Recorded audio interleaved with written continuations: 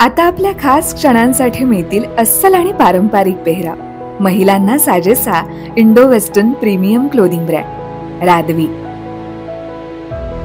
जिथं तुम्ही मूळ चंदेरी पासून लिनन पर्यंत प्रत्येक भारतीय वस्त्रातील पेहराव खरेदी करू शकता. म्हणूनच आजच आमच्या ऑफिशियल वेबसाईटला भेट द्या. जिथं परंपरेचा साज तिथं रादवी तुमच्यासाठी खास. नमस्कार, मी ऋतुजा. न्यूज अनकटच्या टॉप 10 बातमीपत्रात आपलं स्वागत. पाहूयात आजच्या टॉप 10 घडामोडी.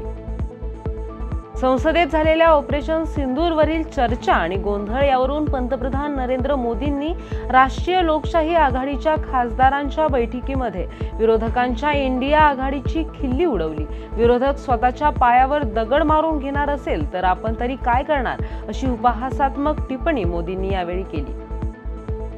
गणेश उत्सवासाठी कोकणात जाणाऱ्या गणेश भक्तांसाठी सुरक्षित आणि त्रासमुक्त प्रवासाची सोय करण्यासाठी अमेरिकेतून माजी राज्यमंत्री प्रवीण भोसले यांनी मुख्यमंत्री देवेंद्र फडणवीस आणि उपमुख्यमंत्री अजित पवार यांना ईमेलद्वारे पत्र पाठवून महत्त्वाच्या मागण्या केल्यात.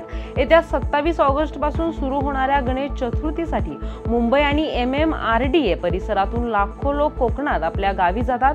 या प्रवासादरम्यान त्यांना अनेक अडचणींना सामोरे जावे लागते. त्यावर भोसले यांनी लक्ष केंद्रित केलंय.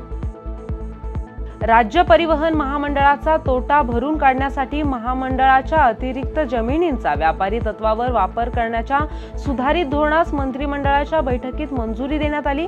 या धोरणानुसार महामंडळाच्या जमिनींच्या भाडेपट्टा कराराचा कालावधी आता 60 वर्षांऐवजी 49 वर्षांच्या 2 टप्प्यात मिळून 98 वर्षे करण्यास मंजुरी देण्यात आली आहे.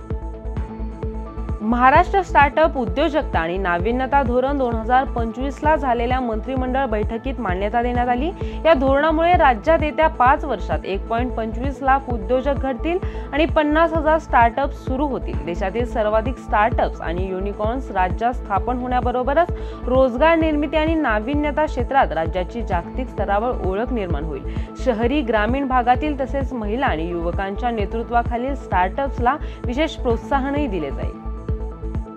राज्यसभेतील विरोधी काँग्रेसने आता एक नवा मुद्दा हाती घेतलाय. राज्यसभेतील विरोधी पक्षनेते आणि काँग्रेस अध्यक्ष मल्लिकार्जुन खरगे यांनी सभागृहाच्या मध्यभागी सुरक्षा कर्मचाऱ्यांच्या उपस्थितीवर तीव्र आक्षेप नोंदवलाय.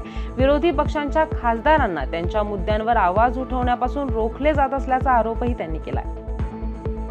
महादेव मुंडे खून प्रकरणाच्या तपासासाठी स्थापन करण्यात आलेल्या विशेष तपास पथकाकडून मोठं पाऊल उचलण्यात आलंय. या प्रकरणातील महत्त्वपूर्ण माहिती देणाऱ्या नागरिकाला रोख बक्षीस देण्यात येणार असून त्याचे नाव गोपनीय ठेवले जाणार असल्याचं स्पष्ट झालंय. वाढवण बंदर आणि समृद्धी महामार्ग यांना फ्रेट कॉरिडॉर या शीघ्र संचार द्रुतगती महामार्गाने भरवीर येथे जोडण्यात येणार आहे. या 104 किलोमीटरच्या महामार्गास मंगळवारी मंत्रिमंडळाच्या बैठकीत मंजुरी देण्यात आली आहे. या प्रकल्पामुळे विदर्भ आणि मराठवाड्यातील औद्योगिक आणि कृषी माल थेट समुद्रामार्गे जाण्यास मदत होईल. तसेच मुंबई आणि आसपासच्या गर्दीच्या रस्त्यांवरून वळसा घ्यावा लागणार नाही. बेकायदेशीर दारू व्यापाराच्या वाढत्या समस्येवर तसेच तस्करीवर मात करण्यासाठी सरकार लवकरच दारूच्या बाटल्यांवर होलोग्राम लावणार आहे, असे पंजाबच्या मुख्यमंत्र्यांनी स्पष्ट केलंय. अबकारी विभागाने गेल्या वर्षी 947.87 कोटी रुपयांचा महसूल मिळवलाय. 2020 मध्ये 491.43 कोटी रुपये महसूल होता, असं मुख्यमंत्र्यांनी स्पष्ट केलंय.